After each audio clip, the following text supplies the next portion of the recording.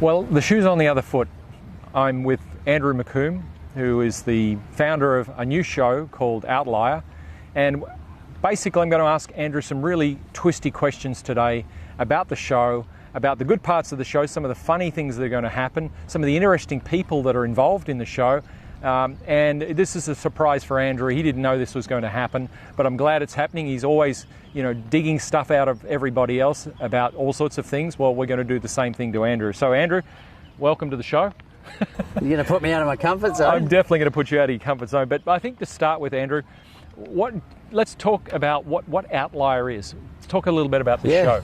Good. Well, it's a show, but it's essentially about inspiring entrepreneurs, innerpreneurs, and socialpreneurs, innovators, dreamers living outside the comfort zone with, I guess, ordinary people doing extraordinary things with their businesses and their lives. So what makes an outlier different specifically to someone else? Well, I guess they think different, mate. They don't like to be told what to do. It's probably a big one. They like to do what they want to do. Yeah. They tend to do what they're passionate about. So are they non-conforming types? 100%, mate. They're definitely non-conformists. Right, okay. I hate conformity, and I'm sure you do too. Okay, well, you've got an interesting background, and one of the things that I thought would be good was Tony, your brother, sent in, he basically wanted to make sure he got back at you, probably for some of the things you've done. So I've got a question from Tony, and Tony says, Andrew, where would you go for a pee when you got home from school busting and your brother Mark was on the toilet for ages? Oh, well, I had a few options, but ask him where he went in the middle of the night. Did he go to the rubbish in the pantry? Or where did I go? Oh, I've got no idea. Okay, mate, can you tell us a little bit more about an outlier? How does an outlier develop their potential?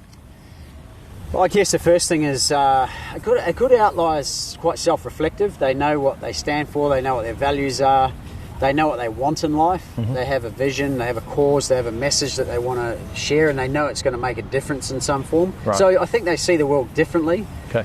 But how do they develop that? I guess they've got to see that in their mind with absolute clarity and feel it in their body with absolute certainty, and then resonate with it as often as they can, so that then it turns up in their external reality. So let's say they do all of those things. Do outliers adapt faster than regular folk? 100%, mate. So how do they go about adapting faster than regular folk? Good question. So to me, an outlier is very intuitive. They feel, they see, they sense what's going on, and they may not know it, but they naturally go with the flow more than, say, someone who's a bit more non-outlierish. They're more rigid, more stuck in the mainstream. Are they? Do they tend to be university educated people, or are they people that have, sort of come up off the streets and have got the degree from the School of Hard Knocks? It doesn't matter, mate. Doesn't matter? I went to uni, but how much uni have I ever used? Right. Hardly anything. I got out. I didn't want to go there. I couldn't wait to get out of uni because I already knew what I wanted to do. But is it also about the structure that you didn't like about, because... Yeah, I had to go to bloody lectures, mate. After the first year, I went, bugger this. I ended up getting all my notes from my mates, stayed at home and went to the gym and played volleyball. Right. That was my uni. Yeah. Right? So... Do you think a lot of people can relate to that? 100%. Right. Did you go to uni? No. Why not? Because there's too much structure. Yeah, bugger that. Totally, yeah. They said you had to have a degree, and I thought, well, the only thing I stayed at uni for was to get my degree, which in hindsight I've only ever been asked for once. Right? And I had a personal training business, health clubs and stuff, physical education degree, and one person ever asked me what my qualifications were. Go figure. Out of all the people that you worked with? Mate, universities are a business. Yep. They're not what it's cracked up to be. Don't buy into the crap. They are an education business that somehow has managed over the years to get government support to make you think you have to get these qualifications in order to get jobs that, again, are for people to tell you what to do. Well, we're actually seeing now a bit of a transformation in that, a bit of a change, aren't we? We're seeing the likes of some of the great entrepreneurs, some of the biggest people, biggest names in the world now saying, you know what, that's not what we're looking for. Doesn't work for them, mate. Yeah, like entrepreneurs don't want that. Tesla, for example, they're not looking, Google's not looking for educated people, they're looking for creative people. Right. So what's a creative person? Are they an outlier? Mate, they're just someone who thinks differently. They see things differently, they think outside the box. but they're results oriented, right? And solution oriented.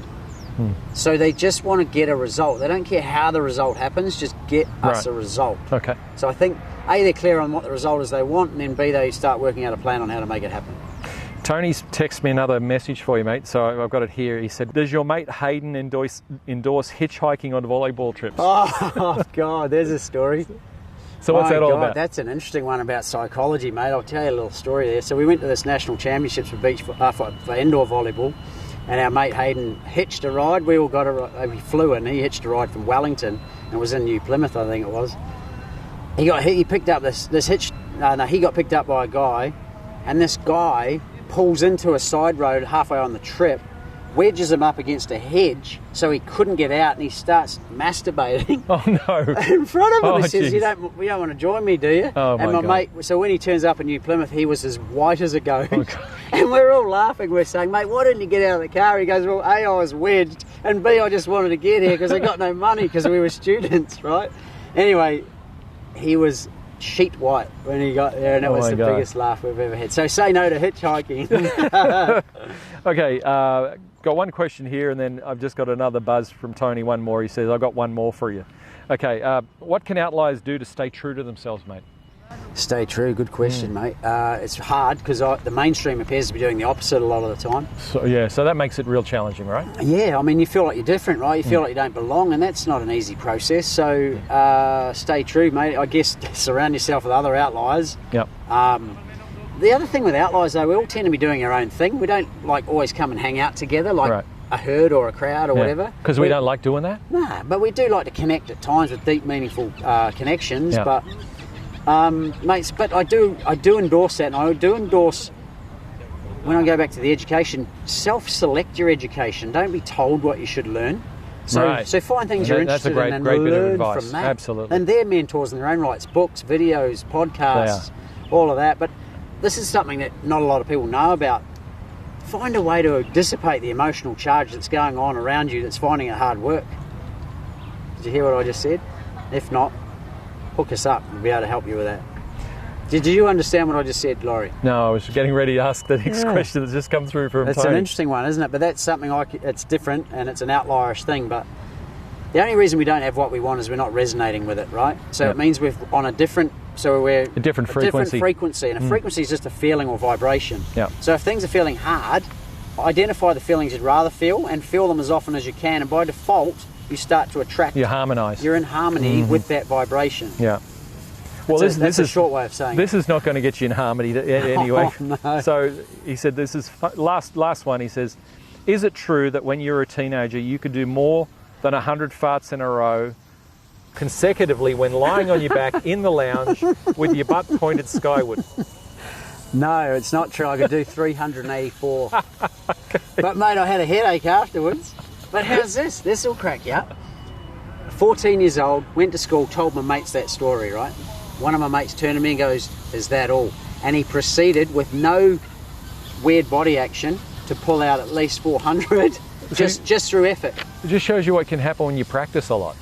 Or you put your mind to something. He was competitive, so he just wanted to beat me in that.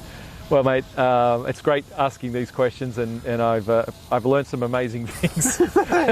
And I think we should probably all tune into your TV show and watch and be inspired by a lot of people that are doing extraordinary things in this world. Well, I know we're having a bit of a laugh, but the reality is, mate, I wouldn't say it's serious, but it's serious inspiration. You know, if you're feeling a bit lost, you don't belong, you don't fit in, you're not fitting into a system that works for you, or you're an entrepreneur that wants to do something amazing, such as yourself, I'd highly recommend go to outlier.tv and register, and you'll get the episodes as they come out. Thanks for your time, bud. Thanks, Laurie. And thanks very much, Tony. I'll get you shortly.